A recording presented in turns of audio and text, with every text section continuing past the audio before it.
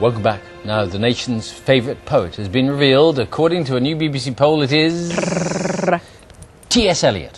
If you haven't heard, today is National Poetry Day, an annual event which aims to provoke our more poetic side, and it's been provoking yours. We've got loads and loads and loads this month. If you find it hard work getting to grips with the likes of The Wasteland by Eliot, though, here's an idea. How about having great poems read to you by some of Britain's best-loved actors and then set to classical music?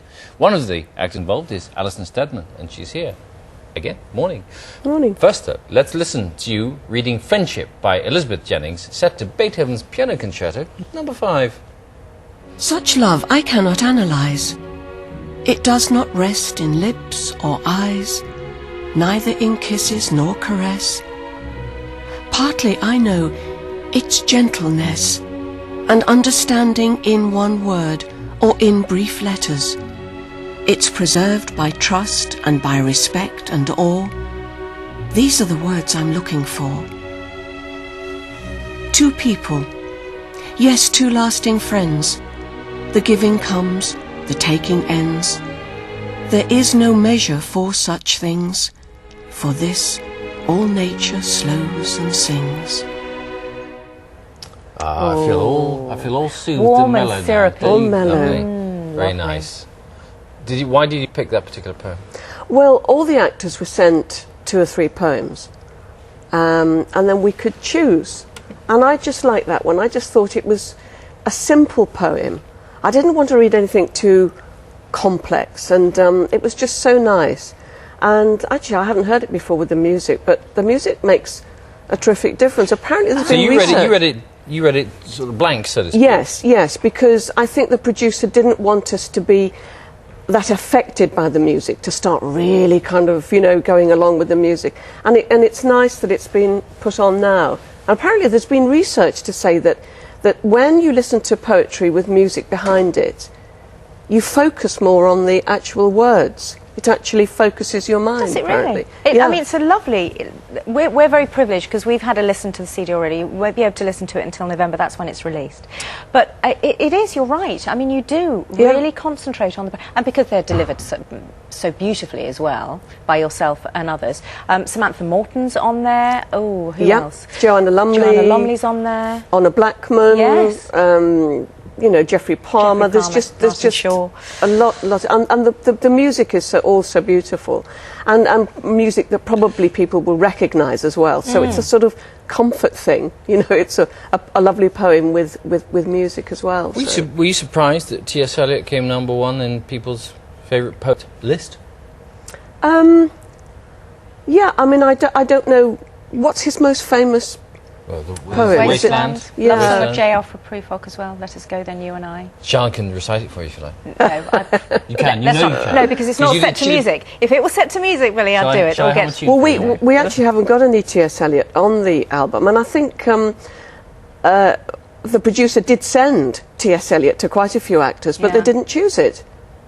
Maybe it's because it's difficult stuff. I don't know, but anyway, we've got some fabulous poems on there. Wordsworth's one of your favourites, isn't he?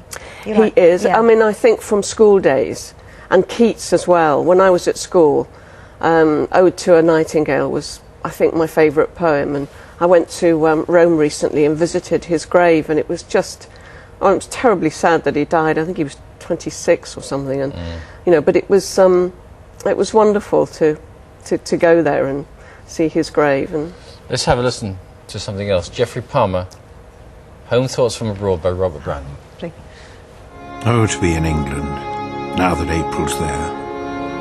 And whoever wakes in England sees, some morning unaware, that the lowest boughs and the brushwood sheaf round the elm tree bole are in tiny leaf, while the chaffinch sings on the orchard bough. In England, now. And after April, when May follows and the whitethroat builds and all the swallows, hark! Where my blossomed pear tree in the hedge leans to the field and scatters on the clover blossoms and dewdrops, at the bent spray's edge, that's the wise thrush. He sings each song twice over, lest you should think he never could recapture the first fine, careless rapture. And though the fields look rough with hoary dew, All will be gay when noontide wakes anew the buttercups. The little children's dower, far brighter than this gaudy melon flower. You see, it does affect very your relaxing. mood. It does. Do you ever go to, we were talking to Daisy Goodwin earlier, and she collates poems for different moods. Do you ever find yourself going to poetry if the mood takes you? Oh, yes. Yeah. Yes. Oh, definitely. I've got a huge collection. I'm not saying I'm reading poetry every day of my life, but I think poetry is very calming. That's what I like, and it just takes you. What would take maybe, I don't know, a whole novel to read, sometimes in a poem, it can just hit the spot. So So- and the nice thing is, he went through a lull a few years ago, but he's now really up there because with live performances and slamming and all that sort of thing. I mean, there's sort of different branches of poetry, but it's still very vibrant. Yeah. And I've been to read poetry to school children, and that's so heartwarming because they kind of sit there not reacting because they don't kind of know they've got to laugh or make noises. But then the letters you get from them, it's just fantastic. Their imagination just soars, and the drawings and pictures that they sent.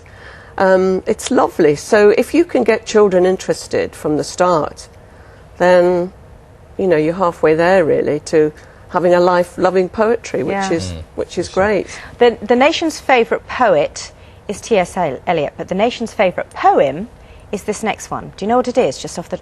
We didn't. We had to... OK. It's If. Oh. I know. Exactly. This is read by Martin Shaw. If you can force your heart and nerve and sinew to serve your turn long after they are gone, and so hold on when there is nothing in you except the will which says to them, hold on. If you can talk with crowds and keep your virtue, or walk with kings nor lose the common touch, if neither foes nor loving friends can hurt you, if all men count with you, but none too much, if you can fill the unforgiving minute with 60 seconds worth of distance run, yours is the earth and everything that's in it, and which is more, you'll be a man, my son. Ah, Little Wonder. There you are, marvellous. You must have written a poem or two in your time. Oh, when I was at drama school, I was always writing poetry.